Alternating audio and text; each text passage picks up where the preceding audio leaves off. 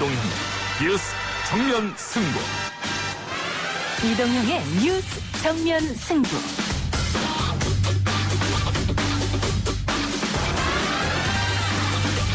청취자 여러분 안녕하십니까, 이동형입니다. 개혁 사전에서는 제도나 기구를 새롭게 고침이라고 설명하는데요.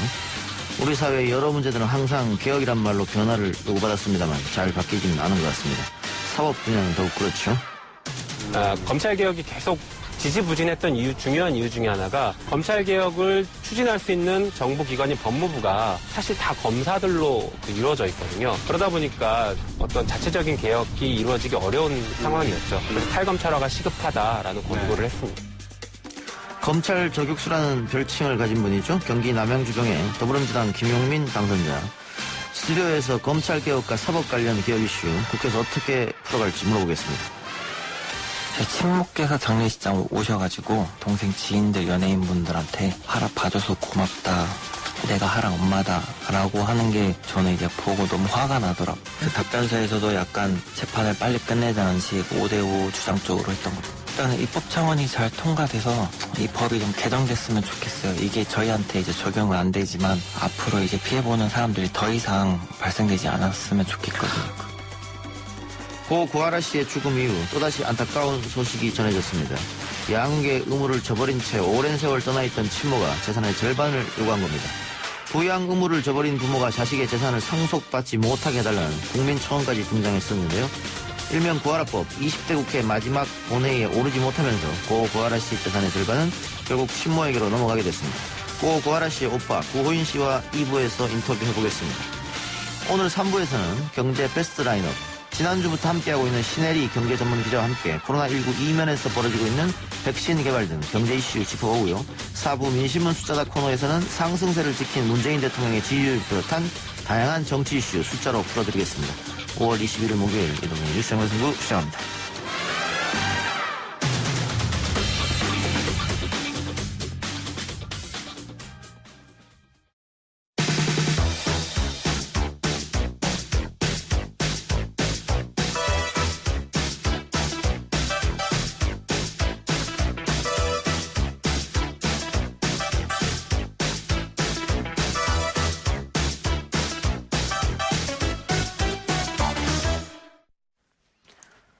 더불어민주당 김용민 당선인 나왔습니다. 어서 오십시오.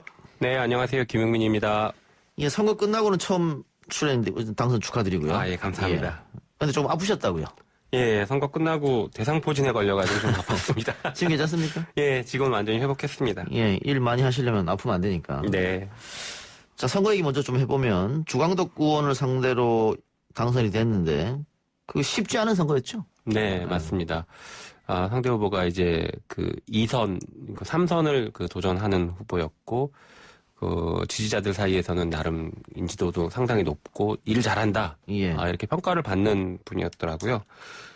힘든 선거였는데, 간신히 이겼습니다. 막판까지, 끝까지. 네. 지켜봤을 것 같아요. 네, 맞습니다. 결정이 나지 않아가지고. 네, 새벽 한 5시쯤에 결정 났죠.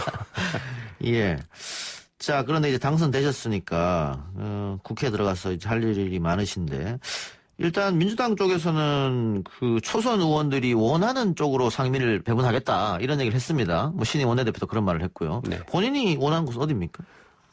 당연히 검찰개혁을 제가 계속 얘기하고 있어서 예. 법사위 지원했고요. 예. 저희 지역에서는 또 싫어하실 수 있는데. 예. 네, 그래서 국토교통위도 같이 지원했습니다. 예. 네. 국토위로 가장 많이 몰렸다는 네, 얘기. 그런 것 같습니다. 예, 인기 상임위니까. 예. 네. 반대로 국방위는 많이 안 몰렸더라고요. 네, 예. 그런 것 같습니다. 자, 그런데 방금 말씀하셨으니까 검찰 개혁 줄곧 이야기해왔다. 검찰 개혁에 위해서는 가장 우선시돼야 되는 게 어떤 게 있을까요? 가장 중요한 건 사실 검찰에 집중된 권한을 분산시키고 견제하도록 만드는 것인데요. 예. 그건 지금 하나하나 하고 있고요. 예. 지금 당장 우리 눈앞에서 해야 될 것들이 몇 가지 더 있다고 생각합니다. 예. 그중에 중요한 게 검찰의 특권 내려놓기를 만드는 게 중요하다 이렇게 생각하고 있습니다. 예. 그래서 지금 검찰의 특권 여러 가지가 있을 수 있는데 가장 대표적인 게 검찰총장 지금 장관급 대우로 하고 있는데 예. 검찰총장을 차관급 대우로 낮추는 게 필요하다라고 저는 생각합니다. 예. 이게 왜 그러냐면 비슷한 권력기관으로 볼 수 있는 경찰청장이나 국세청장 이런 분들은 다 차관급이거든요. 예.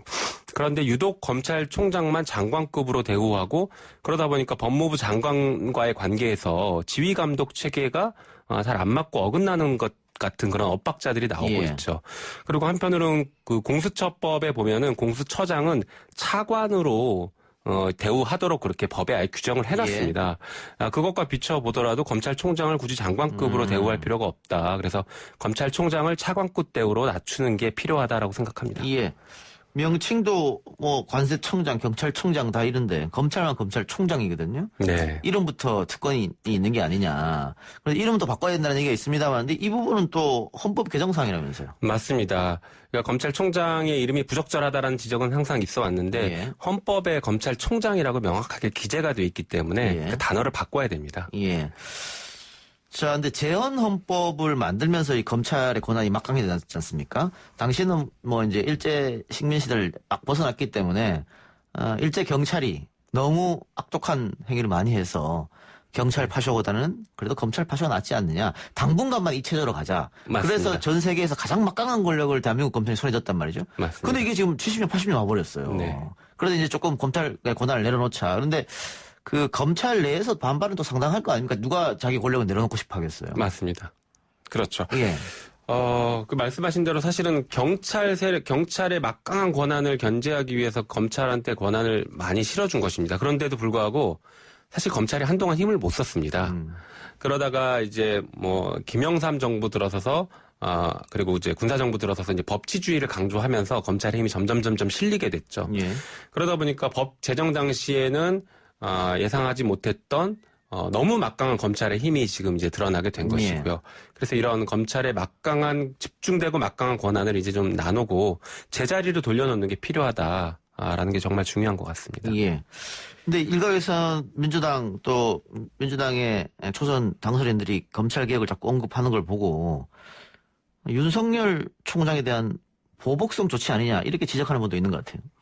그거는 뭐 보복성 조치라기보다 개인을 놓고 생각해서는 뭐 그렇게 뭐 평가를 할 가능성도 있긴 하지만 예. 그게 아니라 기관의 개혁안을 얘기하는 것이기 때문에 예. 보복성 조치라고 평가할 것은 아닌 것 같습니다. 그게 어떻게 보면 이제 부수적인 조치처럼 그렇게 느껴질 수는 있을 것 같지만 목적이나 방향은 예. 검찰의 개혁을 하자라는 것이지 뭐 보복성 조치는 좀 잘못된 지적이라 생각합니다. 근데 당장 국회가 21대 국회가 개원하면 원내 교섭단체 국회 당들이 상임위 배분부터 논의를 해야 될 겁니다. 네. 어느 당이 어느 위원장을 가지고 가냐. 법사위는 어떻게 되는 겁니까? 글쎄요, 저도 뭐 언론 통해서 지금 계속 보고 있는데 법사위원장을 이번에는 그 여당이 가져와야 된다라는 그런 얘기들이 많고 그런 국민들의 요구가 많은 것 같습니다. 예. 그런 요구들이 나오는 그 배경이 사실 중요할 것 같은데요. 예.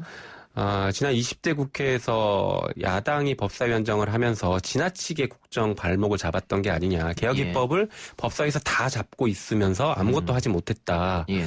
그러니까 이번에는 그 180석에 가까운 민주당이 그런 여당이 이제 거대 여당이 됐는데 또 여전히 또 발목 잡혀 있으면 국민들이 그렇게 많이 지지해주고 힘을 실어준 것을 여전히 쓸 수 없는 것 아니냐라는 것이 이제 중요한 문제의식이었던 것 같습니다. 그래서 김태년 원내대표가 야당이 법사위를 갖고 가려면 그 월권 행위를 못하게끔 그걸 합의해주면 넘겨줄 수도 있다 이 얘기거든요. 네. 근데 법사위의 월권은 사실 뭐 비단 이번만 이야기 나왔던 건 아니고 계속해서 나왔던 이야기지 않습니까? 맞습니다. 마치 이제 상원처럼 굴었던 그런 문제들이 계속 지적돼 왔죠. 예.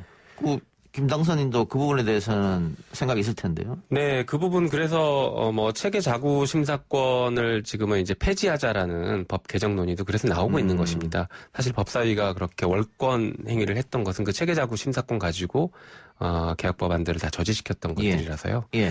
근데 제가 이거 그 상임위 배분 문제를 왜 여쭤봤냐면 이 공수처가 7월달 원래 계획대로면 7월 출범인데 국회 개원하자마자 상임위 가지고 분명히 싸울 거란 말이죠. 그러다 아마 법정 시한을 넘길 것 같은데 그러면 공수처는 또 뒤로 밀린단 말이에요. 그럼 7월에 이게 과연 출범할 수 있겠느냐 이런 의문점이 들어서 한번 여쭤봤습니다. 맞습니다. 당장 그런 우려가 제기되고 있습니다. 한 가지 정도의 방향성인 것 같은데요. 지금 방금 말씀하신 여야가 합의를 통해서 공수처장 추천이 돼야 되는 문제가 하나 있고 또 하나는 공수처장에 대한 인사청문회를 위해서는 인사청문회법이 개정이 돼서 공수처장을 인사청문회 대상으로 기재를 해야 됩니다. 예. 그런데 그 법이 지금 20대 국회에서 통과되지 않고 있고 21대 국회에서 처리돼야 되는 상황인 것이죠. 예. 그래서 이런 여러 가지 그 문제점들 때문에 7월에 공수처가 출범하기에는 매우 어렵지 않냐라는 그런 우려들이 제기되고 있는 것은 맞습니다. 예. 사실입니다. 현실적으로 그렇다는 얘기죠. 네. 예. 또 최근에 고 한만호 씨 비망록을 뉴스타파에서 보도하면서 한명수 전 총리의 사건을 재조사해야 된다. 그러니까 그 비망록 내용만 보면은 어떻게 이런 일이 있을 수 있을까? 만약 사실은 전제하에 네. 그렇다면 검찰이 뭐 증인과 증거를 조작했다는 얘기밖에 안 되는 거지 않습니까? 정치적 목적을 가지고 사건을 조작한 거죠, 사실상. 예. 뭐 지방선거에서 특정인을 승리시키기 위해서. 네. 그래서 재조사 얘기가 나오는데 이건 어떻게 보고 계세요? 말씀하신 것처럼 이거는 그런 의혹들이 나오고 있고 정말 대형 사건입니다. 어떻게 예. 보면. 그동안 여러 가지 의혹들이 제기되어 오긴 했었는데 이번엔 그 의혹 제기가 합리적인 근거를 가지고 제기가 되고 있는 것이죠. 예. 그래서 검찰이 사건을 조작했다라는 커다란 의혹이 하나 있고 예. 검찰이 사건 조작을 통해서 서울시장 선거에 개입했다라는 의혹, 이 두 가지 방향성에서 매우 중요한 의혹이 제기되고 이 두 가지가 확인된다라고 하면 정말로 굉장히 큰 대형 사건이다. 저는 그렇게 생각하고 있습니다. 근데 보수 언론 쪽에서는 그 한만호 씨 비망록은 법원에 이미 증거로 제출됐고 네. 판사들이 다 보고 판단한 것이다. 대법원 판단 나왔는데 이거를 부정하면 어떻게 되느냐 이런 주장이에요. 뭐 그래서 지금 사법농단 판사들과 연관성이 있는 것 아니냐 이제 이런 의혹들도 제기되고 있는 것이고요. 사실 그런 게 있습니다. 그 당시 판결도 비판을 굉장히 많이 받았습니다. 한만호 대표가 검찰에서 했던 진술과 그 이후에 법원에서 했던 진술을 놓고 신빙성을 판단할 때 예.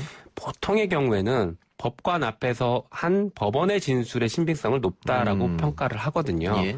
그리고 왜 내가 검찰에서 그렇게 얘기할 수밖에 없었는지에 대해서 매우 자세하고 근거까지 제시해가면서 얘기를 했는데 그런 것들이 법원에서 받아들여지지 않았던 것, 이것은 그 당시 재판도 당연히 비판을 받을 수 있는 것인데 그 당시 재판 자체가 문제가 있었던 게 아니냐 이런 비판까지 지금 확산되고 있는 분위기인 것 그리고 같습니다. 당시에 나중에 뭐 문건으로 드러났습니다마는 양승태 대법원에서 그 상고법원을 위해서 이 판결이 중요하다 이런 문건도 있었지 않습니까? 네, 네, 그렇다면 맞습니다. 이 사건과 연관이 당연히 없을 수 없지 않느냐 이런 지적이죠. 네. 그런데 그 당시에 한 전 총리 사건을 수사했던 사람들이 아직도 현직에 있습니다. 맞습니다. 또 소위 말하는 윤석열 사단에 포함되어 있는 사람들이고 그러면 공수처가 만일 출범하면 조사할 수 있는 겁니까 이 사건은? 이 사건 수사를 할 수 있다라고 생각합니다. 당연히 또 수사를 해야 되는 사건이다라고 생각하고 예. 검사가 그 직권을 남용해서 범죄를 저지른 건 지금 의혹들이 사실이라고 확인된다라고 하면 검사가 직권을 남용해서 범죄를 저지른 것이기 때문에 당연히 공수처 설치 목적에 맞는 가장 적합한 사건이다 이렇게 예. 생각합니다. 가능하다 가능은? 네, 맞습니다. 알겠습니다. 자, 그 지금 검찰 개혁 얘기하고 또 아까 법사위 얘기도 했으니까 관련해서 잠깐 여쭤보겠습니다. 그 열린민주당의 최강욱 대표 법사위에 넣어야 되는 거 아니냐 이런 이야기가 뭐 특히 열린민주당 지지자 쪽에서 나오고 있는데 이건 김용민 당선인이 결정하는 건 아닙니다 말이에요. 맞습니다. 예, 본인 개인적으로 어떻게 판단하세요? 그 문제에 대해서? 저는 검찰개혁의 그분만큼 또 전문적인 지식을 가지고 있고 경험을 가지고 있는 분이 매우 드물다라고 생각해서 예. 당연히 법사위에 오셔서 검찰개혁 역할을 해주셨으면 좋겠다라고 예. 생각하고 있습니다. 그러면 민주당에서 한 자리 양보해야 되는 거 아닙니까? 저는 사실 제가 법사위에 갈 수 있을지 없을지도 모르는 입장이라 이런 말씀을 드리는 게 굉장히 좀 어색합니다. 예, 그래요. 예. 네. 또 한 가지 그 최근에 법무검찰개혁위원회가 공고안 내놨습니다. 내부 인사개혁안. 여기 어떻게 평가하세요? 이 안. 네, 맞습니다. 매우 적절한 권고다라고 생각합니다. 예. 사실 이제 저도 법무검찰개혁위원회 위원으로 예, 예. 활동했었었는데 예. 가장 중심이 되는 개혁 방향이 검찰을 그 본연의 검찰 역할을 할 수 있게 만들자라는 것이고 검찰의 본연의 업무라는 것은 형사부 공판부 강화 중심으로 가자라는 것입니다.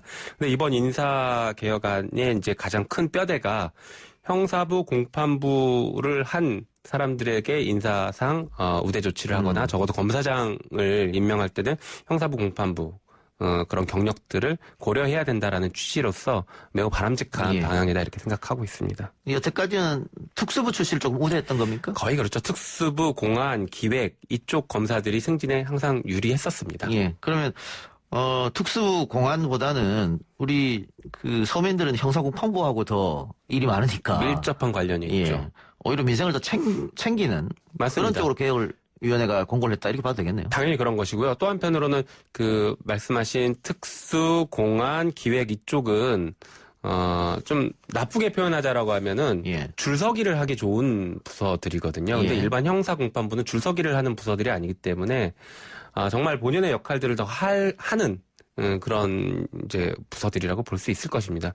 그래서 그 인사 승진을 하기 위해서 검사들이 줄 서지 않고 자기 역할 제대로 하다가 자연스럽게 승진할 수 있는, 승진을 바라볼 수 있는 그런 구조를 만들자라는 취지로 이런 공고를 한 것으로 알고 있습니다. 그런데 이 안은 말 그대로 권고안 아닙니까? 안 받으면 그만이지 않습니까? 그렇죠. 예.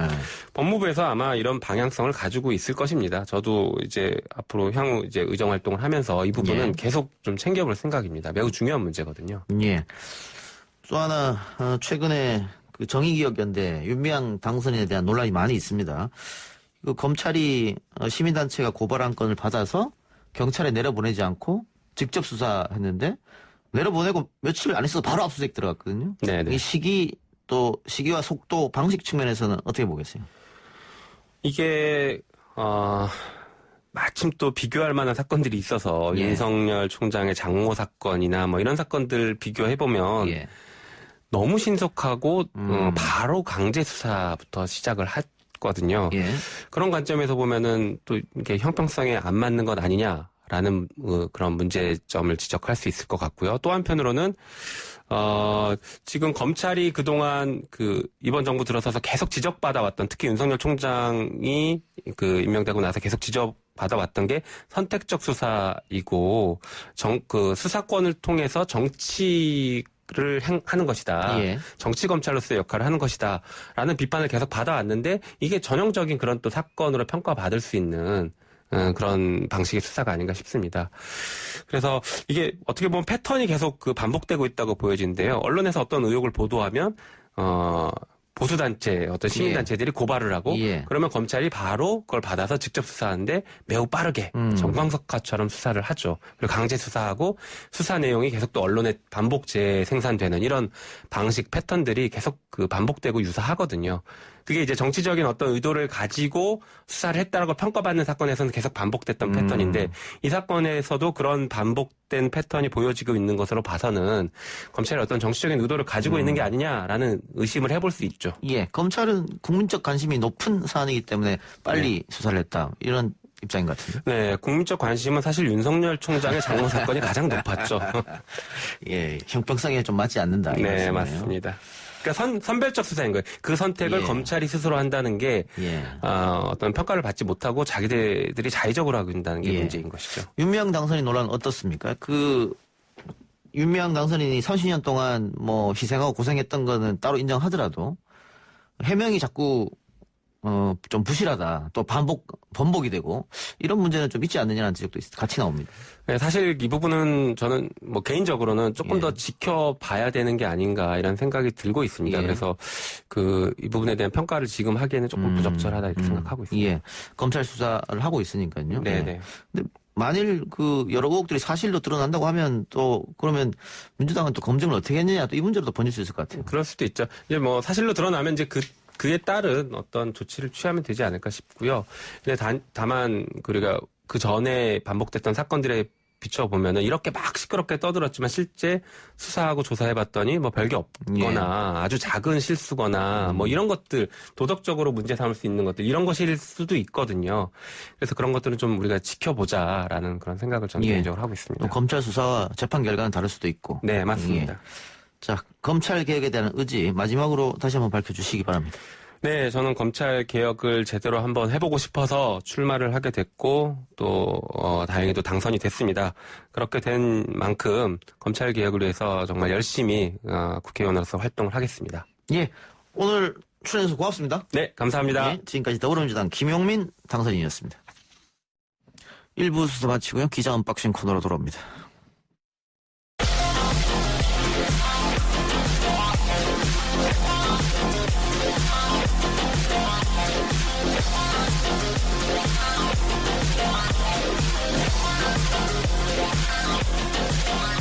오늘 나온 뉴스들을 언박싱해드립니다. 기자 언박싱.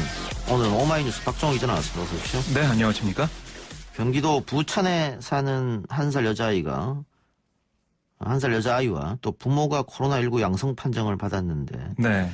이게 그 신분과 동선을 속인 인천 화건 강사 확진자에서부터 시작된 거라고요? 네, 그렇습니다. 그렇게 추정이 되는데요. 부천시 중동에 거주하는 A씨 부부와 그의 딸 한 살 그 B양이 이 코로나19 확진 판정을 받았는데 어떻게 이런 게 가능했느냐. 이 미추홀구 탑코인 노래방에서 감염된 택시기사가 지난 10일 일했던 부천 한 뷔페 식당에서 이 가족이 돌잔치를 했습니다. 당시 택시기사가 프리랜서 사진사로 돌잔치 촬영을 맡았는데요. 아마 이때 감염된 것으로 좀 보이고 있고요.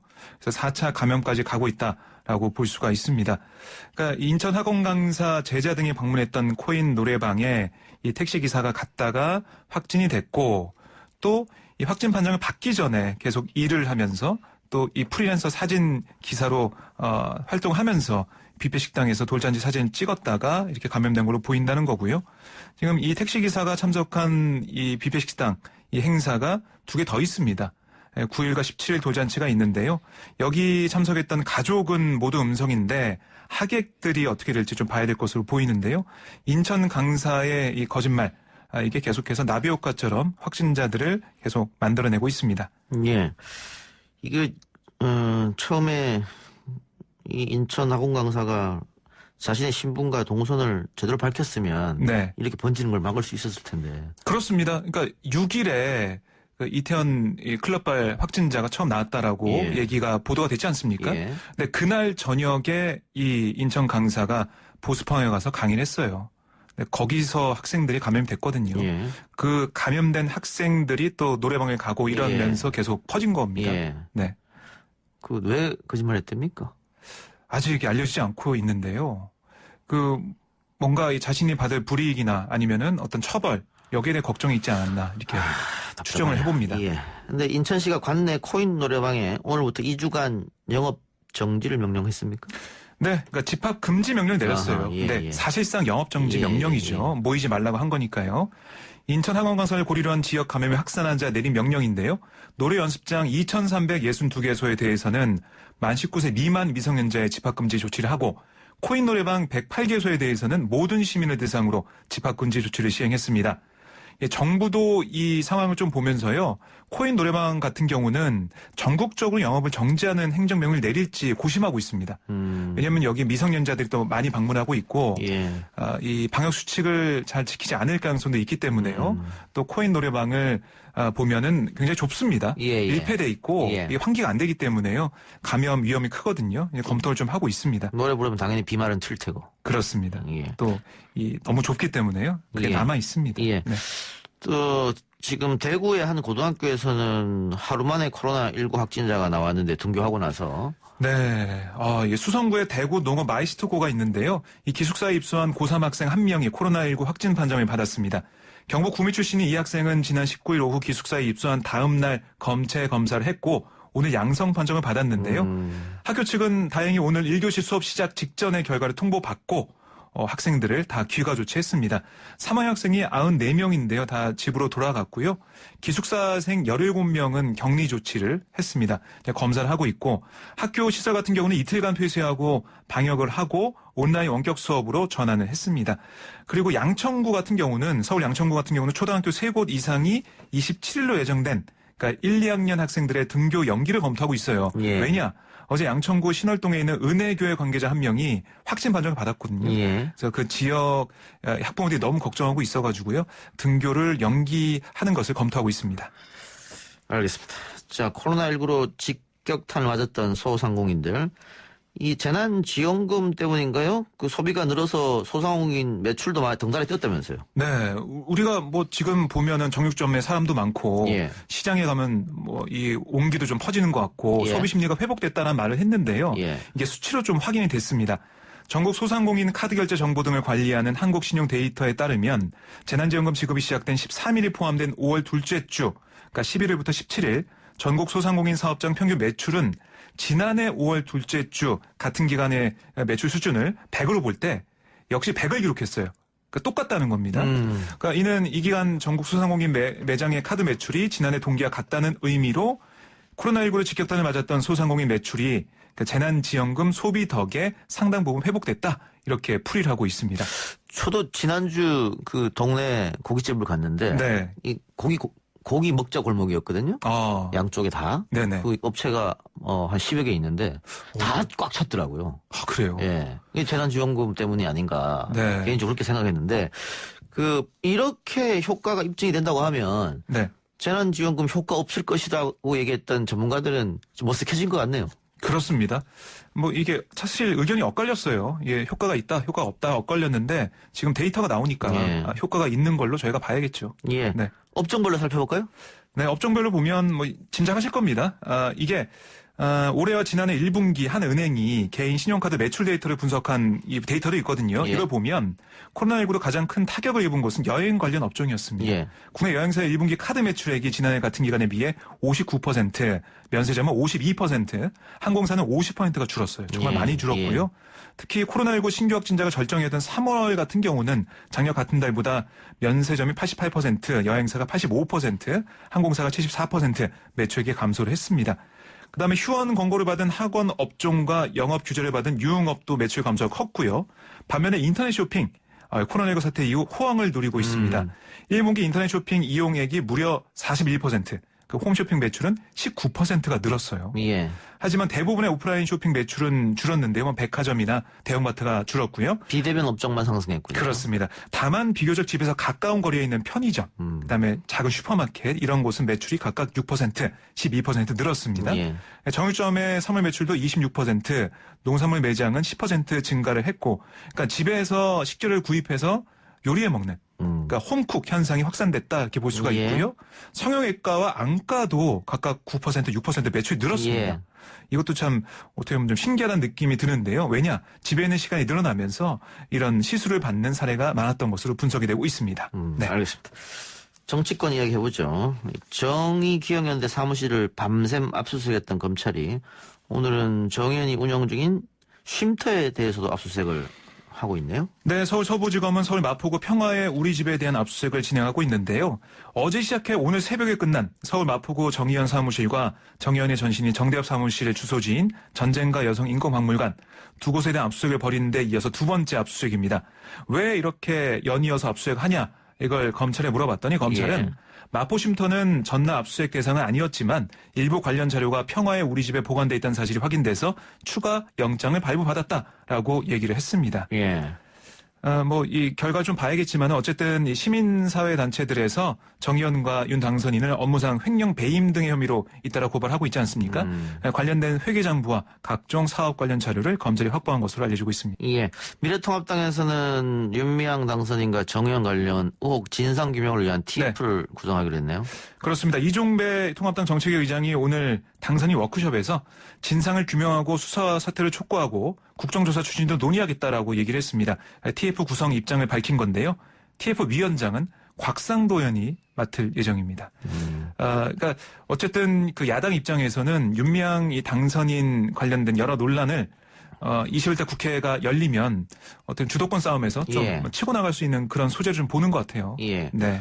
뭐 21대 개원하자마자 이 문제로 여야가 공방을 벌이겠습니다. 그럴 가능성이 커 보입니다. 지금 민주당은 사실관계 확인이 먼저다. 이런 확고한 방침인데 정의당은 민주당을 향해서 책임 있는 조치를 촉구했는데 책임 있는 조치라는 것은 뭐 사퇴하라 이 얘기입니까? 그것까지 제명하라는 겁니까? 포함이 돼 있는 걸로 풀이가 됩니다. 이른바 그러니까 언론에서 볼 때는 정의당이 데스노트에 윤미향 당선인을 올린 게 아니냐 이렇게 좀 분석을 하고 있는데요.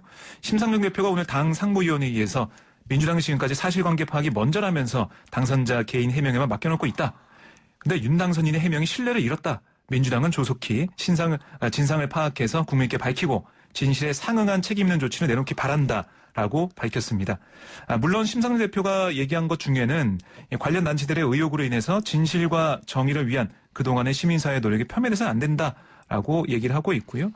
더 나아가 일본의 국가적 책임과 사과와 배상 등 궁극적인 책임 규명을 위한 노력들이 위축되지 않도록 시시비비와 책임 규명이 조속히 이뤄져야 한다라고 강조를 했습니다. 20대 국회에서는 정의당의 데스노트, 정의당이 반대하면 결국은 뭐 후보들이 하차하거나 이런 네. 일이 벌어졌는데 21대도 이어질까요, 그게? 아직은 유동적인 것 같아요. 예. 상황을 좀 봐야 될 것으로 보이고요. 저는 제가 볼 때 분수령이 될 것은 25일로 예정되는 그 이용수 할머니와 윤명 당선인이 함께 기자회견 여는 그 시간이 되지 않을까 싶습니다.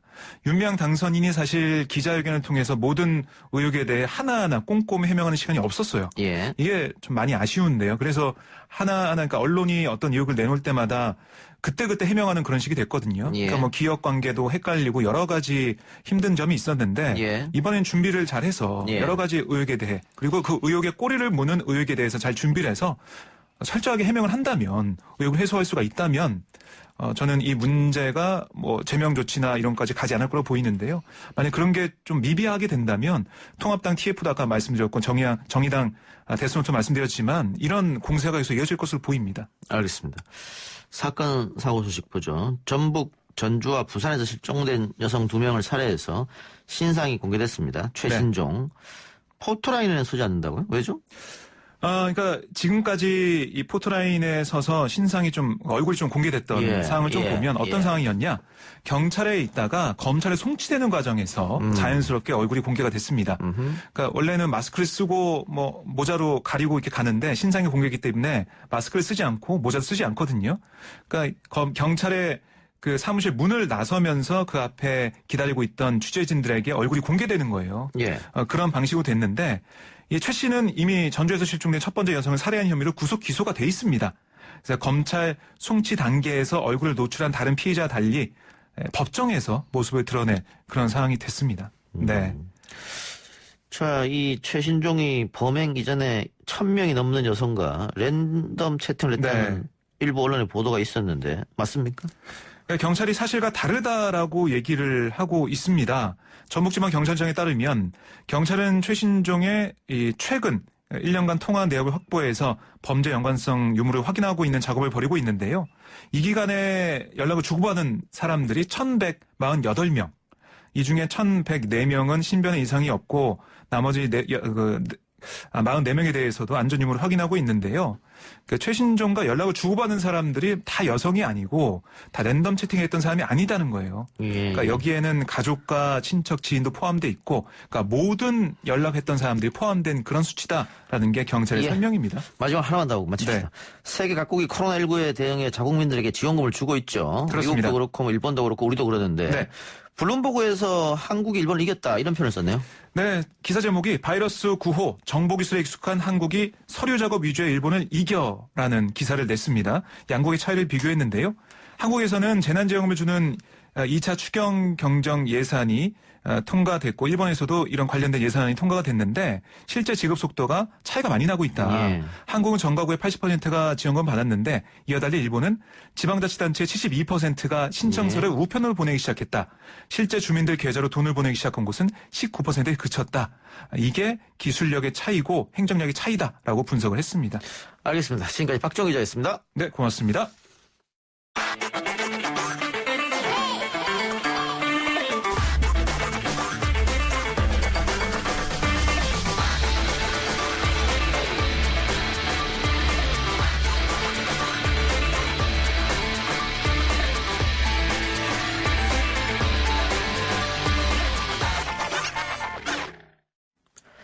(20대) 국회가 어제 마지막 본회의를 열고 밀린 법안 처리에 나섰습니다만 막차를 타지 못하고 폐기된 법안은 많습니다. 지난해 세상을 떠난 구하라 씨의 친오빠가 올린 입법 청원으로 부모나 자식 등에 대한 부양 의무를 게을리하면 재산을 상속받지 못하도록 하는 일명 구하라법도 국회 문턱을 넘지 못했죠. 관련해서 고 구하라 씨의 친오빠 구호인 씨 연결해서 이야기 나눠보겠습니다. 구호인 씨 나와 계십니까? 네, 안녕하세요. 예.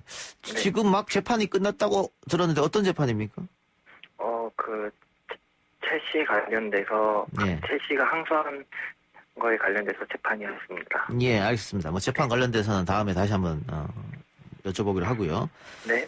자, 구하라 씨가 세상을 떠난 게 지난 11월이었으니까 반년쯤 흘렀는데 네. 왜 정신없이 보냈을 것 같아요. 네, 그냥 동생이 이렇게 남겨둔 것들 정리도 해야 되고, 예. 그리고 이제 납골당 그러니까 팬들이 찾아오신 납골당도 다 사람들 이제 인사하게끔 정리도 해줘야 되고요. 그리고 여기 제가 이제 제 생업도 있어서 예. 정말 바쁘게 그냥 움직였던 것 같습니다. 예. 남매가 또 유독 애틋해서 더 뭐 상심이 크셨을 것 같은데. 그렇게 소중한 동생이 떠난 이후에 직접 국민청원 게시판에 그 입법 청원을 하셨습니다. 네, 그 변호사님 통해서 올렸었습니다. 그렇게 하게 된 계기가 있을까요? 그 친모께서는 저희를 키워주지 않으셨어요. 저희한테 이제 저나 동생이랑 자라나면서 그 부모에 대한 정을 이제 모르고 커왔는데 예. 그 양육 의무도 안 하신 친모께서 예. 동생이 이제 이렇게 되고 나니까 그 동생 재산을 요구를 하니 제가 너무 억울하고 분하더라고요. 제가 아하. 제 생활에 너무 지장이 갈 정도로 스트레스도 너무 많이 받았고. 예. 근데 이 아픔이 앞으로도 계속 다른 사람들이 겪을 것 같아서 예. 이 계기로 법이 바뀌었으면 예. 싶어서 변호사님과 함께 진행하게 됐습니다. 예. 뭐 구하라 씨뿐만이 아니고 그 전에 뭐 세월호 참사 때도 그렇고요. 뭐 경주 리조트 사건 때도 이 비슷한 일이 많이 있었습니다. 네. 근데 그 구하라 씨가 몇 살 때 친모가 집을 나갔었던 겁니까? 제가 11살이었고 동생은 9살. 그러면 그 이후로 성인 될 때까지 뭐 이렇게 주기적으로 만난다거나 이런 건 전혀 없었습니까? 금전적으로 지원해 준다든가? 네, 금전적으로 저희가 지원받은 적도 없고 저희 뭐 초등학교 입학이 그러니까 초등 졸업식이라던가 중학교 입학 졸업식 이럴 때도 한 번도 오신 적도 없고 연락도 해오신 적이 없었습니다. 예. 그러다가 그러면 구하라 사망 이후에 갑자기 나타나서 구하라 씨가 남긴 재산을 달라 이렇게 된 겁니까? 네, 그 전에 동생이 이제 그 마음을 치유를 하고자 의료진께서 친모를 찾아가라고 해서 예. 연락을 했었고요. 동생이 예. 먼저 동생이 먼저 연락을 했었고 그 뒤로 시장이 끝나고 나서 예. 그 변호사 통해서 저희한테 이제 그 요구를 했었습니다. 예. 그런데 이 법이 뭐 이번에 아쉽게 통과가 안 됐습니다만 네. 통과가 됐다고 하더라도 이 소급 적용은 안 되기 때문에 네. 이 법의 혜택을 못 받지 않습니까? 그거 알고 계셨죠? 네, 알고 있습니다. 그럼에도 불구하고 이렇게 애썼던 이유는 어디 있을까요? 약간 정의라고 해야 될까요? 이게 시대가 변한 만큼 법도 바뀌어야 되는데 이 상속법이 듣기로는 60년 전부터 지금까지 계속 끌어온 거였고 예. 그리고 세월호 때도 그 법안을 계속 제시를 했는데 통과가 안 됐는데 예. 그 제가 이제 유명한 연예인 가족으로 이슈가 돼서 이 법을 바꿨으면 좋겠고요. 그리고 저와 같은 이 아픔을 다른 사람들이 겪지 않았으면 좋겠어요. 예. 그럼 친모가 변호사와 함께 그 고은 씨 찾아와서 그 재산의 반을 달라 이렇게 한 겁니까? 찾아오시기보다는 그 발인 이틀 뒤에 부동산 거래건이 있었는데 예. 저도 이제 내신 친모 쪽에서 올 줄 알았었는데 변호사 두 분만 딸랑 오시더라고요. 이 법적으로는 그 아버지하고 이제 친모하고 이렇게 나눠 갖게 되는 거지 않습니까? 네. 아버지는 어떤 말씀 해주셨어요? 아버지께서는 이제 그 저희를 키워주시기 이제 힘든 상황이셔서 예. 그 건설 현장에 일하시다 보니까 여기저기 돌아다니셨어요. 그러다 한 번씩 50년 정도였고 예. 아버지께서는 그 하나 재산을 어떻게 내가 손댈 수 있겠냐 그러시면서 네가 하나를 돌봐준 만큼 네가 잘 해결할 것 같다면서 함께 양도해 주셨어요. 고인 씨한테 양도하셨군요. 네. 예. 네. 알겠습니다. 뭐 20대 때는 통과가 안 됐습니다만 21대는 이 법이 꼭 통과됐으면 하는 바람이네요. 오늘 인터뷰 고맙습니다. 네, 감사드립니다. 예. 지금까지 고 구하라 씨 친오빠 구호인 씨였습니다. 1, 2분 순서 마치고요. 뉴스 듣고 저는 6시 10분 3부로 찾아옵니다. 글쎄 안 들려 들을 뉴스 없어 아무 뉴스도 귀에 들어오지 않아 듣고 또 들어도 들을 뉴스 없어 만든 게 2%야 이동형의 정면 승부.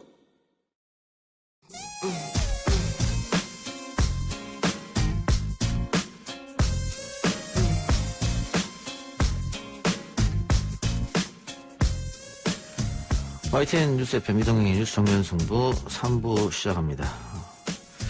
이번에는 경제 이야기 해보겠습니다. 경제 베스트 라인업 신혜리 기자 나왔습니다. 어서 오십시오. 네, 안녕하세요.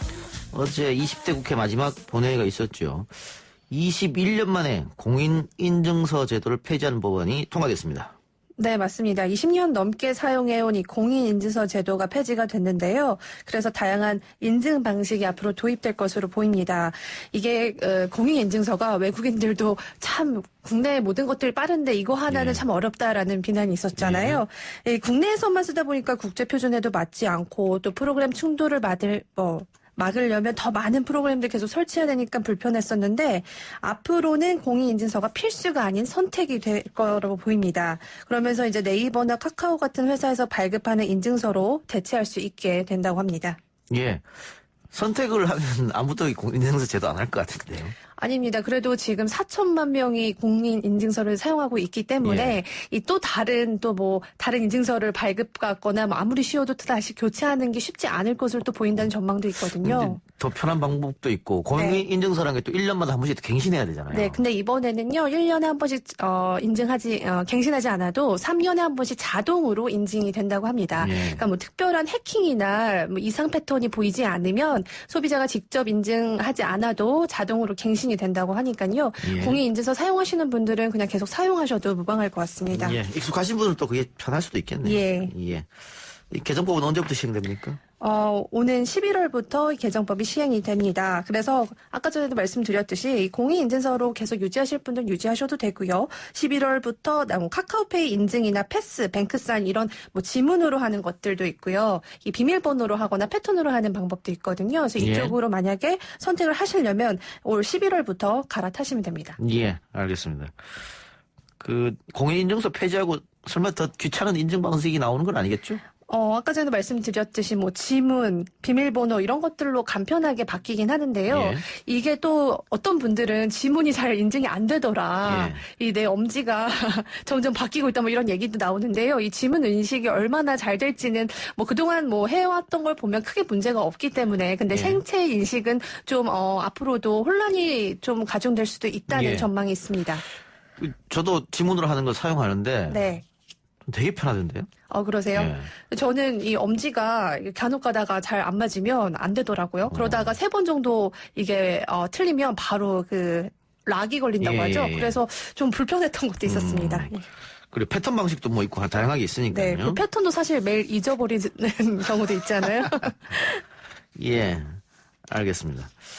자, LG전자가 TV 생산은 구미에서 인도네시아로 옮긴다 이런 얘기도 있습니다. 네, 삼성전자가 2년 전에 국내 TV 생산을 베트남 쪽으로 옮겼었잖아요. 근데 LG전자도요, 이제 경북 구미에 있는 TV 생산 라인 일부를 인도네시아로 옮긴다고 발표를 했습니다. 그래서 이 메이드 인 코리아 TV는 앞으로 보기 어려울 거란 전망이 나오고 있는데요.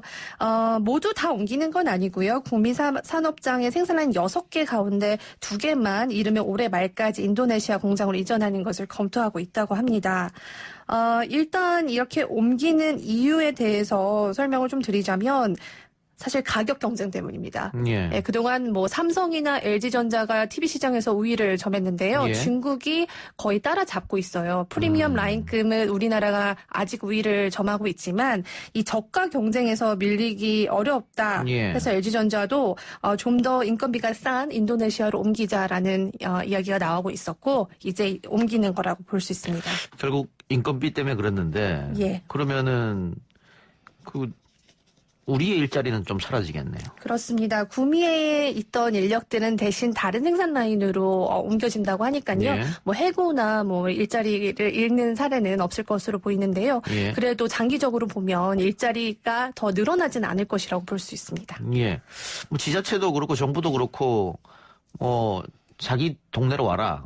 또 밖에 나가는 업체들도 국내로 들어와라 이러고 있는데 현실적으로는 밖으로 더 나가는 것 같네요. 네, 왜 그러냐면요. 인도네시아 임금이 우리나라 15%에서 20% 수준입니다. 예. 그리고 최근에 뭐 최저임금도 인상이 됐고, 그러니까 우리나라의 임금이 사실은 인도네시아 비해서는 턱없이 비싸다는 이유 때문에 이제 그 외국으로 나가고 있지만 예. 이 사실 품질도 중요하거든요. 미국 같은 경우에도 지금 뭐 생산 단가가 올려져도 일단 국내에서 생산하자 해서 지금 모두 다 리쇼어링을 하고 있는 상태잖아요. 그래서 외국에 있었던 공장들이 다 국내로 들여오고 있기 때문에 사실 이번 LG전자의 이런 결정에 대해서는 비판적인 목소리도 나오고 있습니다. 예.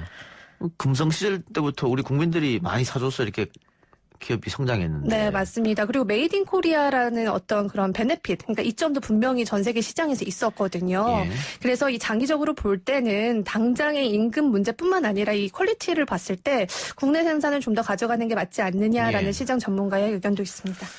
인도네시아 임금이 우리나라의 15에서 20% 수준밖에 안 된다. 네. 뭐 기업으로서는 당연히 이제 구미가 땡길 수도 있는데 네. 인도네시아 임금보다 더 싼 임금이 사실은 있어요. 어딘가요? 개성공단이라고. 아, 네. 예. 훨씬 더 싼 임금인데 또 네. 개성공단은 물류비가 없지 않습니까? 네, 인도네시아는 맞습니다. 물류비가 굉장히 예. 많이 들어가는데 예, 맞습니다. 그럼에도 불구하고 개성공단이 닫혀 있기 때문에 네. 예, 언제 열릴지 알 수 없죠. 또 한 가지는 LG전자가 LG전자가 아니라 LG화학이죠. 계열사가 최근에 인도에서 대형 사고가 일어났었습니다. 예.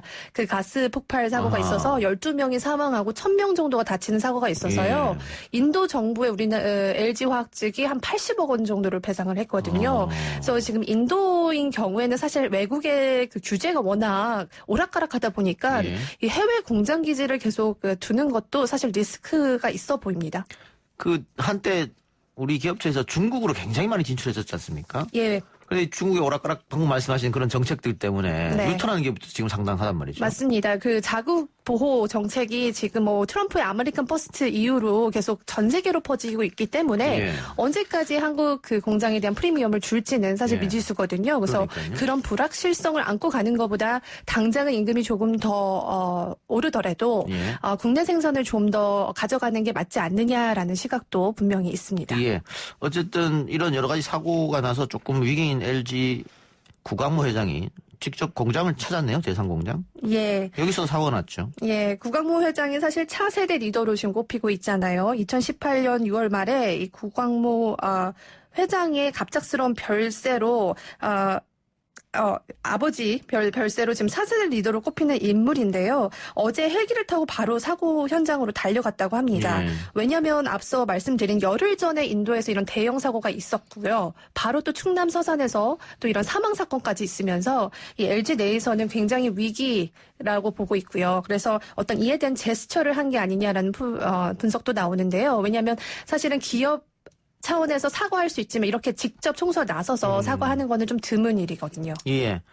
그 LG화학 대상공장에서 화재가 발생해서 직원 1명이 숨지고 2명이 다친 사건이 있었기 때문에 네. 회장이 직접 나서 내려갔다. 한 가지 또 논란은 LG화학에서 그 사고가 났던 인도에 그 스티렌이라는 물질이 사실은 그게 폭발이 돼서 사고 난 건데 예. 그거를 인도 정부가 모두 한국으로 옮기라고 지시를 해서 지금 우리나라로 그걸 들여오고 있습니다. 그래서 이에 대한 주민들의 불안도 좀 더 커지고 있는 상황입니다. 알겠습니다. 다른 얘기 해보죠. 전 세계 각국이 코로나 백신 개발에 집중하고 있습니다. 우리도 뭐 당연한 거고요. 근데 미국이 가장 이 백신 개발에 열을 올리고 있다는 소식이네요. 네. 아무래도 미국이 지금 코로나로 인한 타격이 가장 큰 나라잖아요. 예. 그리고 트럼프 대통령이 올 가을에 대선을 앞두고 있어서 이 백신 개발이 굉장히 중요한 사안이 될 것으로 보입니다. 예. 그래서 이 트럼프 행정부가 초고속 작전이라는 이 백신 개발 프로젝트를 가동했어요. 예. 이게 뭐냐면 정부, 민간, 제약사, 이 군이 다 모두 합동으로 진행하는 프로젝트거든요. 그래서 이제 그 얼마 전에 제약회사 임원 출신을 좀 스카웃을 해서 예. 이 수장으로 앉혔는데요. 문제는 그 수장으로 앉힌 그 인물이 어떤 한 제약회사의 주식을 15만 주나 가지고 있는데 예. 그 회사가 모더나입니다. 모더나 혹시 뉴스 들어보셨나요? 예, 예. 모더나라는 곳에서 얼마 전에 이 코로나19 백신 임상 실험을 한 항체가 발견됐다고 보도를 했고요. 예. 이 때문에 지금 뭐 전 세계 증시가 갑자기 오르고 다 올랐죠. 예, 해당 뭐 기업은 20% 넘게 급등하는 사례가 있었거든요. 우리 증시도 오늘 시작할 때는 포인트 넘기 시작했더라고요. 네, 맞습니다. 그러니까 백신 개발이 사실 관건입니다. 지금 전 세계 경제에 돌아가는 상황을 봤을 때 백신이 개발되느냐 아니냐에 지금 기로에 서 있기 때문에 이런 뉴스에 굉장히 민감할 수밖에 없는데요. 지금 이 발표가 있고 바로 다음날 스탯이라는 미국의 언론사가 이 의료 전문지인데요. 이번에 모더나가 발표한 게 좀 의구심이 지금 제기가 된다. 구체적인 데이터는 입증하지 않고 그냥 말로만 효과가 있다고 하고 있는데 좀 이게 좀 부실해 보인다는 얘기가 있어서 지금 다시 또 모더나에 대해서 의구심이 증폭이 되고 있습니다. 예. 그런데 뭐 빠르게 한다고 해도 내년 1월 뭐 이런 얘기더라고요. 네, 맞습니다. 일단 내년 1월까지 3억 명한테 투여할 수 있는 백신을 개발하겠다라고 하는데요. 말씀드렸듯이 지금 굉장히 초기 단계이기 때문에 임상 실험을 좀 더 거치고 나서 생산을 해야 된다는 목소리가 있고요. 또 일부 전문가들의 의견에는 사실 이 백신 자체가 효능이 거의 없을 것으로 보인다는 얘기도 있거든요. 그래서 좀 트럼프 행정부가 무리하게 추진하는 것이 아니냐라는 시각도 있습니다. 중국도 백신 개발에 열을 올리고 있습니다. 네. 중국도 지금 뭐 4개 업체가 지금 백신 개발을 하고 있는데요. 그래서 미국과 중국의 패권 전쟁이 이 백신에도 지금 이어지고 있다라고 이야기를 합니다. 특히 얼마 전에 트럼프가 이 WHO에 그 공격을 했잖아요. 중국에 자금이 너무 많이 들어가 있다. 이 중국이 좌우하고 있다면서 더 이상 미국이 지원을 하지 않겠다고 지금 으름장을 놓고 있는데요. 그래서인지 미국과 정부가 이 미국 정부와 중국 정부가 백신을 놓고 지금 개발에 굉장히 다투고 있는 상황입니다. 유럽은 어떻습니까? 유럽은 지금 옥스포드 제너 연구소에서 지금 임상 1단계를 오늘 9월까지 하겠다라고 이야기를 하면서 진행을 하고 있는데요. GSK라는 제약사랑 프랑스의 사노피라는 제약사가 손을 잡고요. 지금 공동 개발을 진행하고 있고요. 또 미국의 화이자라는 제약사가 있는데요. 거기도 독일의 바이오엔텍이라는 곳이랑 같이 손을 잡고 이 백신을 배포하는 것을 좀 목표로 개발을 하고 있고 이게 지금 독일에서는 1 이상 허가를 받은 상황입니다. 여기가 제일 빠르네요, 그러면. 네, 그렇습니다. 그렇지만 지금 어디도 사실 구체적인 데이터가 없기 때문에 1 이상 뭐 허가를 받았다고 해도요. 아직까지 뭐 구체적인 수치가 지금 나오지 않고 있어서요. 허가만 나온 상태니까. 네, 약간 뜬구름 잡는 분위기도 합니다. 예. 코로나19 방역에 제일 앞에 있다, 1등이다 이런 말 듣는 우리는 어떻습니까? 우리나라도 만약에 백신 개발 성공하면 또 한번 전 세계를 흔들 수 있을 것 같은데. 네, K-바이오 이야기가 계속 나왔었잖아요. 그런데 안타깝게도 아직까지 우리나라는 임상시험을 시작한 곳이 없습니다. 어떻게 보면 좀 조심스럽게 접근하고 있다, 신중하게 보고 있다라고도 해석할 수 있는데요.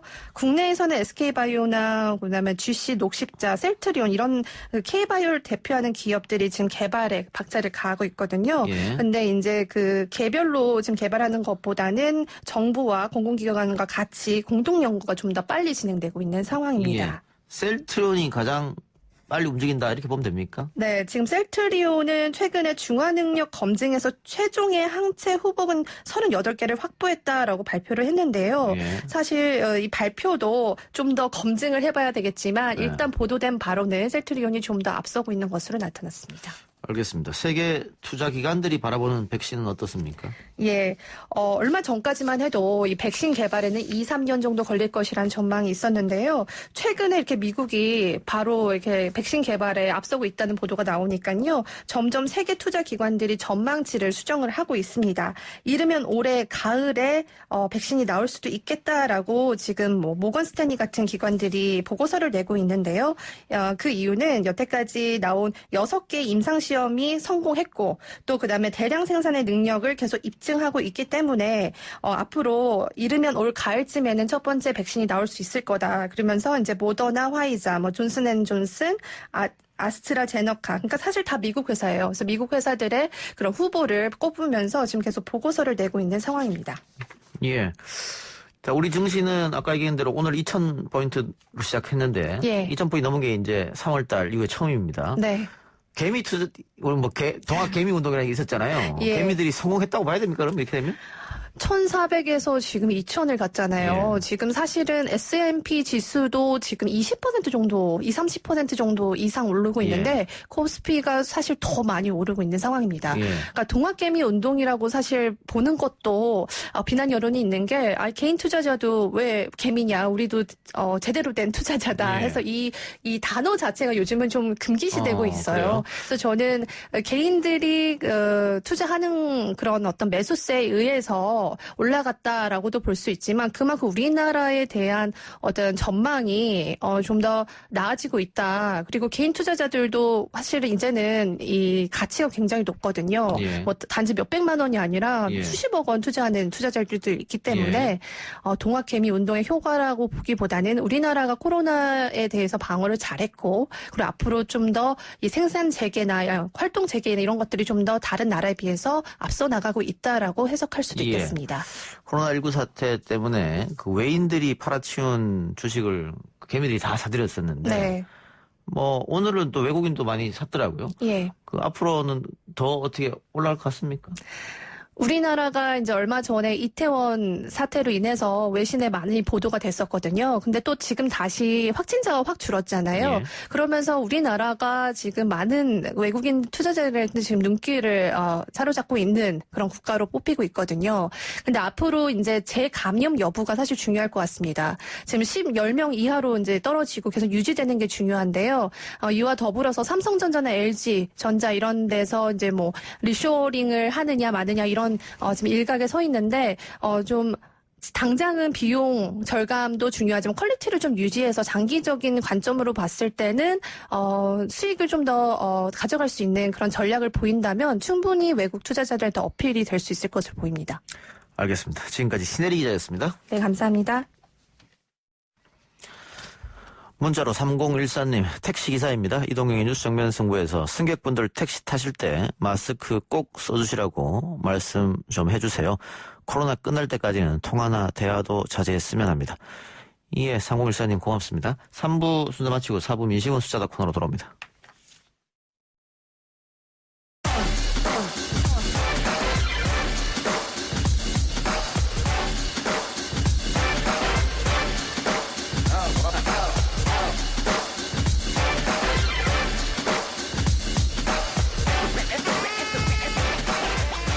여론조사를 통해 민심을 읽어보는 시간 민심은 숫자다 코너입니다. 오피니언 라이브 윤희용 여론분석센터장 리얼미터 이석수 대표 나왔습니다. 어서 오십시오. 네, 안녕하십니까. 자, 긴급 재난지원금 국민 10명 중 8명 이상에게 지급된 걸로 확인이 되었고요. 현장에서는 효과를 체감 중이라는 이야기도 나오는데 관련해서 여론조사 있죠? 네, 그렇습니다. 저희가 오마이뉴스 의뢰로 지난 19일 전국 18세 이상 성인 7,891명에 접종해서 최종 500명의 응답 완료했습니다. 표본 오차 95% 신뢰 수준에서 플러스 마이너스 4.4%포인트였고요. 무선 전화 면접 및 유무선 자동응답 혼용 방식이었습니다. 긴급재난지원금 가계도움 평가 조사였는데요. 도움이 된다라는 의견이 71.9%, 도움이 안 된다라는 의견이 25.6%로 나왔고요. 잘 모르겠다는 의견이 2.5%였습니다.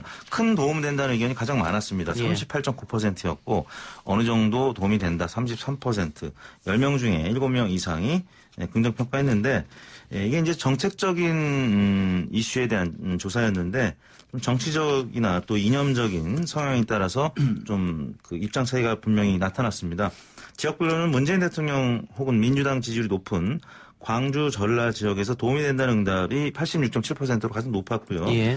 또 반면에 대구, 경북하고 부산, 울산, 경남은 상대적으로 좀 작은 수치였는데요. 10명 중에 6명 안팎이었습니다. 대구, 경북이 66.6, 부산, 울산, 경남이 57.2로 상대적으로 낮았고요. 연령별로는 역시 30, 40대가 문재인 대통령 지지율이 높죠. 그 계층에서는 76%, 75%가량이 긍정평가를 하는 것으로 나타났고 진보층이 89%로 또 보수층 49%에 비해서 긍정평가가 높게 나타났습니다.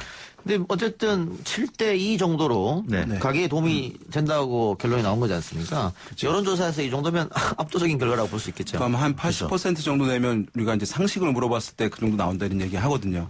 독도는 누구 땅이냐? 뭐, 이제 그것도 한 7% 정도는 우리 땅이라고 아니라고 얘기하는 분들이 이제 있으시니까.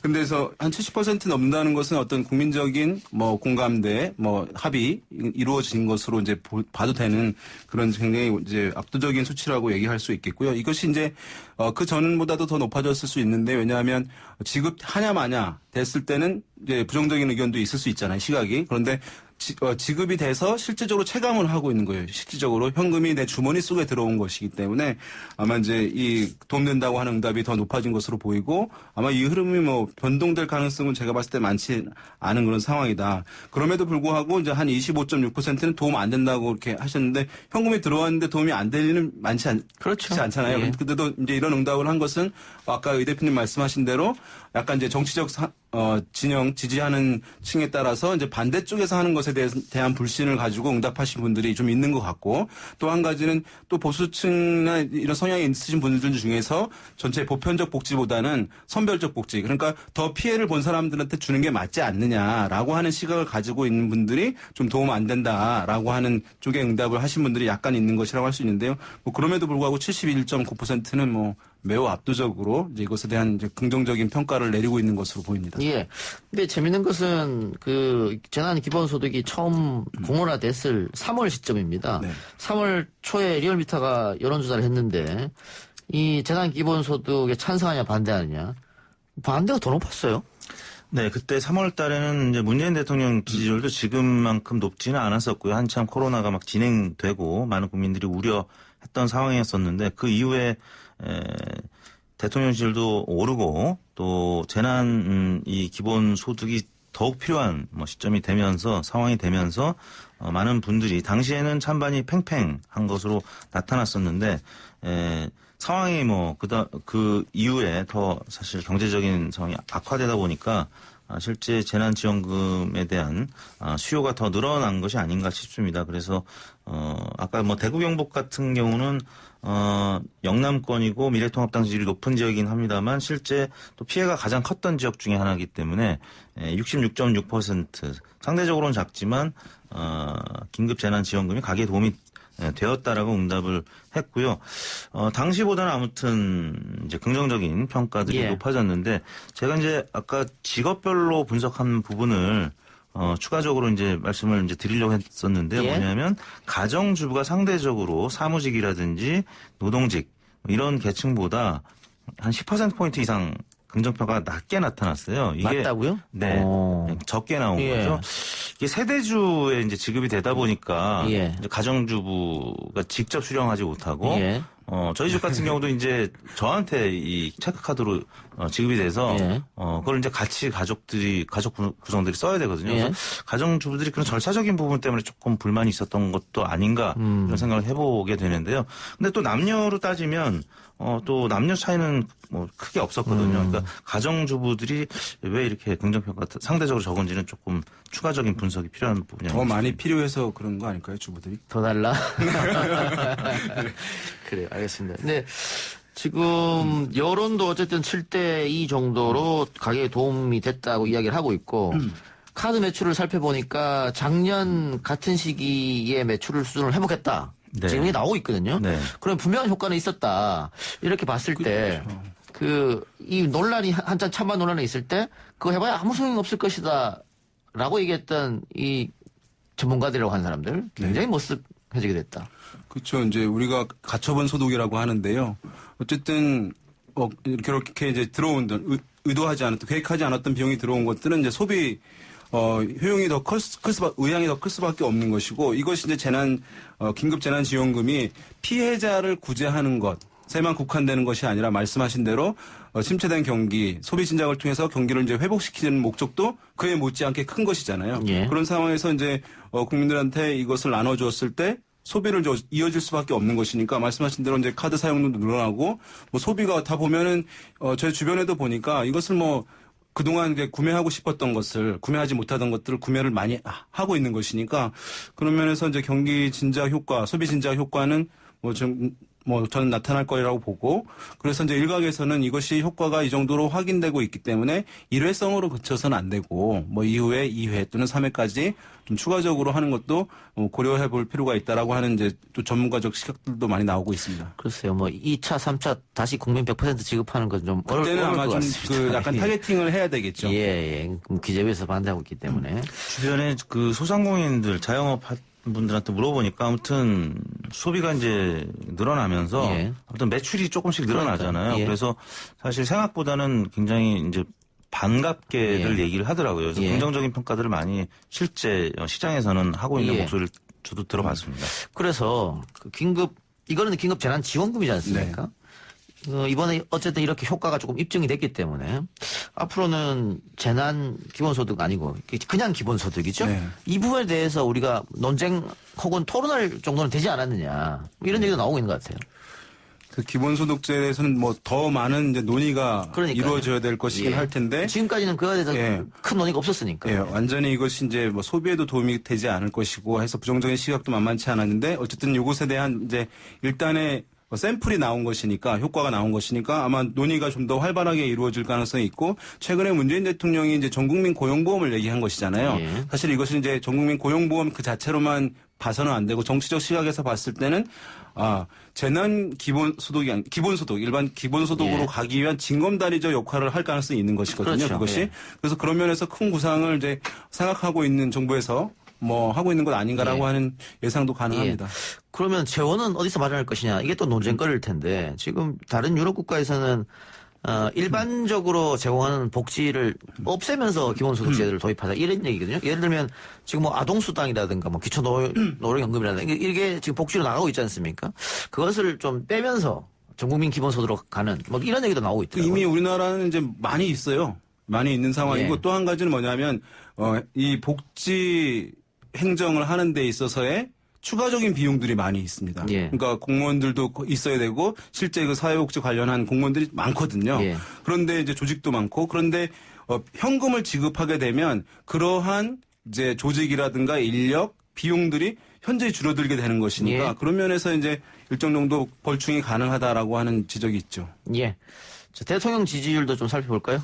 네, 문재인 대통령 지지율 5월 이제 3주차 주중 집계인데요. 저희가 18일부터 20일까지 3일간 조사했습니다. 조사 방법은 아까와 같았고요. 조사 규모는 1,509명, 표본 오차 95% 신뢰수준에서 마이너스 2.5%포인트였고요. 자세한 내용은 중앙선거여론조사 심의위원회 홈페이지를 참고하시면 되는데요. 문재인 대통령 지지율이 소폭 상승했습니다. 62.6%, 한 1%포인트가량 상승했고요. 그다음에 부정평가는 31.9%, 한 1.2%포인트 가량 하락했습니다. 이번 주 이제 5월 18일 5.18 기념식이 있으면서 이제 문재인 대통령이 많은 주목을 받았고요. 또 두 번째는 세계보건기구의 최고 의결기관인 WHA 여기서 기조 연설을 했습니다. 그래서 현직 대통령으로서는 이제 처음 한 것이고요. 과거에 이제 김대중 대통령이 한 적이 있었는데 그때는 전직 대통령으로서 기조 연설을 이제 했었던 부분이고 여하튼 이 두 큰 행사 또 그 기조연설 때문에 문재인 대통령이 크게 주목을 받아서 지금 유미양 당선인 논란이 있었죠. 그래서 계속되고 있고요. 민주당 지지율은 지금 답보 상태이거나 아니면 조금 하락하는 모양새인데 대통령 지지율은 하락하지 않고 약간 상승한 국면으로 나타났습니다. 어쨌든 대통령 지지율에는 유미양 당선인 논란은 영향을 못 미쳤다 이렇게 봐도 되겠네요. 만약 영향을 미쳤다면 이제 더 상승할 수 있었는데 조금 이제 상승 폭을 좀 줄여주는 그런 효과라고 할 수 있겠죠. 그러니까 이제 아까 말씀하신 대로 코로나 국면에서 이렇게 진두지휘하는 것 방역을 위해서 그 다음에 5.18에서의 모습이라든가 아니면 이제 세계 정상들과 함께해서 이제 연설하는 것 이런 것들을 하게 되면 정치적 사안이 이제 국내에 크고 청와대라든가 대통령이 그 정치적 사안과 연계되어 있어서 이제 메시지가 나오거나 하게 되면 국민들이 인식하기에 정파의 수장이나 어느 한쪽 진영의 대표라고 하는 이미지가 커지기 때문에 반대쪽에 있는 사람들은 부정적 평가를 하게 되는 것이거든요. 근데 지금 최근에 이제 예를 들었던 이 사안들은 그런 이제 정치적 사안들이 아니고 그러다 보니까 국가를 대표하는 국가 지도자라고 하는 이미지가 더 강화되는 것이에요. 그래서 정치적으로 반대쪽에 있는 분들도 정치적 평가를 하지 않고 있는 국정 업무 평가를 그대로 이제 하게 되면서 이게 높은 수준으로 나오는 것으로 보이고 윤미향 당선인 건 관련해서는 정당에는 이제 영향을 주는 것 같은데 아직까지는 대통령과 직접 연계되어서 이거 권력 비리라고 하는 측면으로 바라보지는 않고 있어서 대통령에게 주는 타격은 뭐 제한적인 것 같습니다. 아직까지는. 예. 정당 지지도를 보면 민주당과 미래통합당 거대 양당이 조금씩 빠졌네요. 그렇습니다. 더불어민주당은 43.3%로 지난주 대비 1.6%포인트 빠졌는데 미래통합당은 23.4%로 지난주 27.2%였으니까 한 4%포인트 가까이 빠졌습니다. 더불어민주당은 이제 윤미향 당선인 관련해서 좀 이제 영향을 받은 거는 사실인 것 같은데 낙폭이 크지 않았던 이유는 일단 당내에서 뭐 큰 이견이라든지 분란이 없다라는 거죠. 근데 지금 미래통합당 같은 경우는 뭐 여러 부분과 관련해서 김정희 위원장 영입 문제라든지 아니면 또 보수 유튜브에 대한 문제를 제기한 김무성 전 대표에 대한 또 유튜버들의 공격이라든지 아무튼 내부 분란이 여전히 계속되고 있습니다. 사전투표 이제 조작 설과도 이제 또 관련이 있는 부분들도 있고 뭐 그러다 보니까 미래통합당이 이제 낙폭이 좀 더 컸는데요. 미래한국당이 저희가 이제 리얼미터나 아마 갤럽도 그럴 텐데 미래한국당은 저희가 이제 어차피 통합이 될 거기 때문에 저희가 별도로 보기에 포함시키지 않았는데 지금 여의도 정가에서는 미래통합당과 미래한국당이 통합의 시기가 좀 늦춰지고 오래 걸릴 가능성도 있다. 그리고 미래한국당이 무소속 당선인을 한 분 영입하면 교섭단체가 되기 때문에 그래서 장기화될 가능성도 있어서 저희가 미래한국당을 별도로 보기에 포함시키는 왜냐하면 저희가 이제 열린민주당도 지금 별도로 하고 있기 때문에 다음 주부터는 그런 구도로 가야 될 것 같고요. 열린민주당은 6.6%로 민주당이 좀 빠진 만큼 소폭 올랐습니다. 그런데 정의당도 약간 올랐습니다. 5.7%, 국민의당 4.3%로 역시 소폭 올랐고요. 민생당 2.3%, 무당층도 11.6% 소폭 증가한 것으로 나타났습니다. 소수정당은 전체적으로 약간씩 올랐네요. 네, 그렇습니다. 양당이 빠지고 올랐습니다. 예.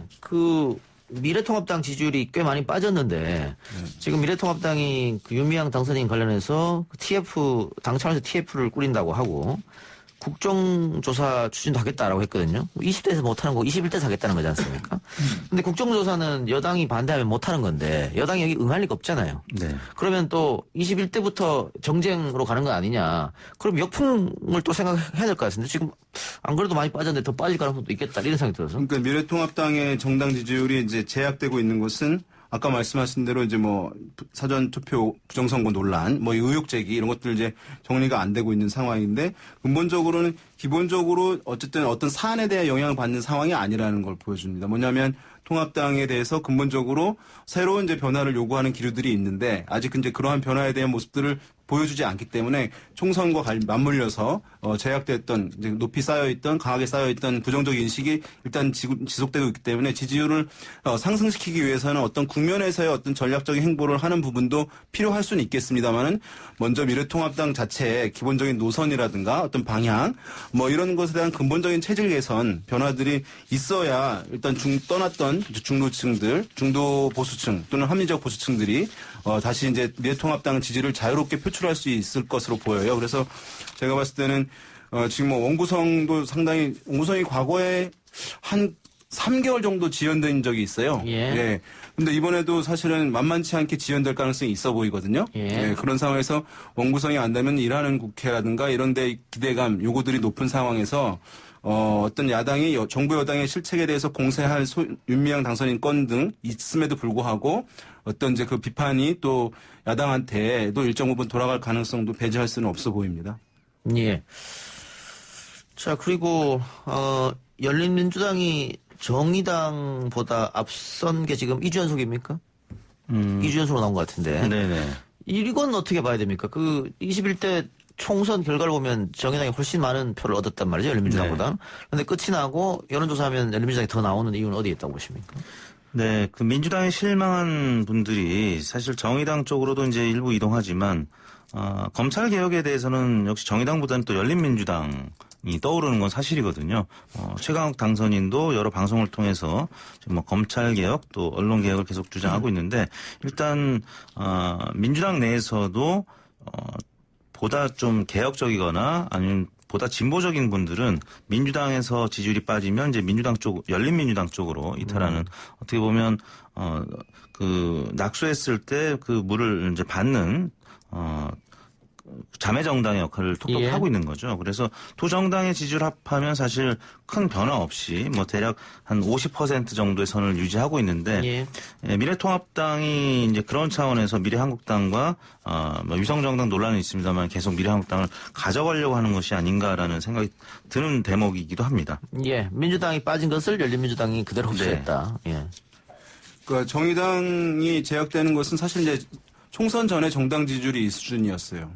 그러니까 정의당의 정당 지지율이. 그러니까 총선에서 정당 득표율이 좀 높게 나왔던 것은 진보 진영의 유권자들이 이제 분산 투표 현상이 정의당에게 어쨌든 더 많이 나왔던 흐름들이 결과에 나왔던 것이고 정당 지지율은 뭐 지금과 이제 비슷한 수준이라고 할 수 있는데 열린민주당을 이제 총선 전에 지지했던 분들 같은 경우에는 이것이 이제 더불어시민당 등 어쨌든 결과는 이제 여당이 압승을 하긴 했습니다만 그 전까지는 그래도 이제 큰 민주당 쪽으로 밀어줘야 된다 또는 이제 거기에 위성정당, 더불어시민당이 몰아줘야 한다고 하는 기류들에 사실 맞물려서 나왔던 것이고 실제 열린민주당이 뭐 두 자릿수 이상이기도 했었거든요. 그러니까 진보 진영 유권자들 중에서 상당히 이제 그 강성이거나 아니면 뭔가 선명성을 요구하는 층들은 열린민주당에 대한 뭐 기본적인 관심도는 여전히 일정 부분 남아있는 것으로 보입니다. 하나만 더 살펴봅시다. 비대면 진료 도입 여부에 대한 여론조사도 있었네요. 네, 저희 리얼미터가 TBS 의뢰로 지난 20일 전국 18세 이상 성인 7,842명의 접촉에서 최종 500명의 응답을 완료한 내용인데요. 표본 오차는 95% 신뢰 수준에서 플러스 마이너스 4.4%포인트였습니다. 비대면 진료 도입 여부에 대한 공감도 조사를 했는데 도입해야 한다는 의견이 43.8%로 가장 높게 나타났고요. 도입하면 안 된다라는 의견이 26.9% 그리고 잘 모르겠다는 의견이 29.3%로 두 번째로 나타났습니다. 예. 근데 이거 비대면 진료가 이 원격 의료하고 헷갈려서 이런 결과 나올 수도 있었을 것 같다. 원격 의료와 비대면 진료 좀 다른 건데 이 진보 진영에서는 원격 의료를 계속 반대해 왔지 않습니까? 네. 이게 의료 민영화가 될 수 있는 것이다. 그래 그게 좀 헷갈리지 않았나 생각이 들어요. 그 부분 하나 있고 또 한 가지는 이제 리얼미터에서 이제 이 도입해야 한다, 도입하면 안 된다 앞에 수식어를 붙이긴 했는데.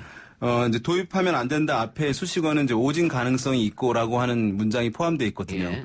이제 그런데 그러면 듣는 사람들이 오진 가능성이 있다라고 하면은 도움이 된다라고 이제 도입해야 한다라고 응답하기 어려워지잖아요. 예. 저는 그래서 잘 모르겠다 응답이 한 30% 나왔다고 봐요. 그러니까 사실 이제 단순히 찬반을 물었다고 한다면 한 60% 이상 아마 찬성 비율이 지금 높지 않았을까. 왜냐하면 보수층들은 그걸 찬성을 원래 해왔고 진보층들은 현 정부에서 추진한다고 하니까 적극적인 호응으로 돌아서고 있는 흐름이거든요. 그런 면에서 봤을 때는 뭐 좀 그런 측면이 있지 않았을까라는 생각도 듭니다. 예. 이 비대면 진료는 특히 이제 전화 진료로 이 코로나19 때문에 상담을 했죠. 예, 상담을 했었는데 만족도를 조사한 결과도 있습니다. 그 환자와 의료진에게 그 환자는 87%가 만족한다고 답했는데 경험해본 분들이죠.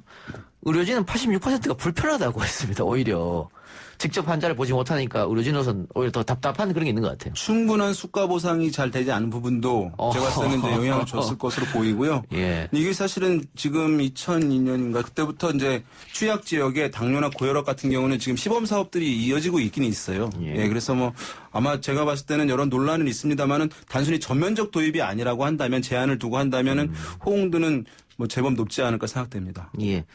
이게 비대면 진료 도입 여부 공감도 조사에서 특이점은 젊은 층은 도입해야 된다가 높았는데 연세 많은 분들은 도입하면 안 된다가 또 많았거든요. 좀 이것도 뭐 나이에 따라서 좀 달라지는 것 같습니다. 그렇습니다. 18세, 19세, 그러니까 이제 20대에서는 52.5%가 도입해야 한다는 의견을 나타냈습니다. 전체 평균보다 한 10%포인트가량 높게 나타났는데 70세 이상에서는 33.3%로 가장 낮은 응답 비율을 보였습니다. 이게 이제 정부 입장에서 이제 비대면 의료라는 용어를 부각시키면서 입법화에 지금 대비하고 있는 건데 이 역시 70세 이상은 또 보수 성향을 갖고 있고 반정부적인 또 입장을 갖고 있다 보니까 조금 긍정적인 평가가 좀 낮게 나타나는 것이 아닌가 싶습니다. 그것도 있고 뭐 병원을 자주 가는 분들이 아무래도 그렇죠. 예, 연세 많으신 분들이니까 좀 불안할 수도 있겠죠. 네. 알겠습니다. 두 분 말씀을 여기까지 듣겠습니다. 네, 수고하셨습니다. 감사합니다. 오늘 방송 마치고 내일 이 시간 돌아옵니다.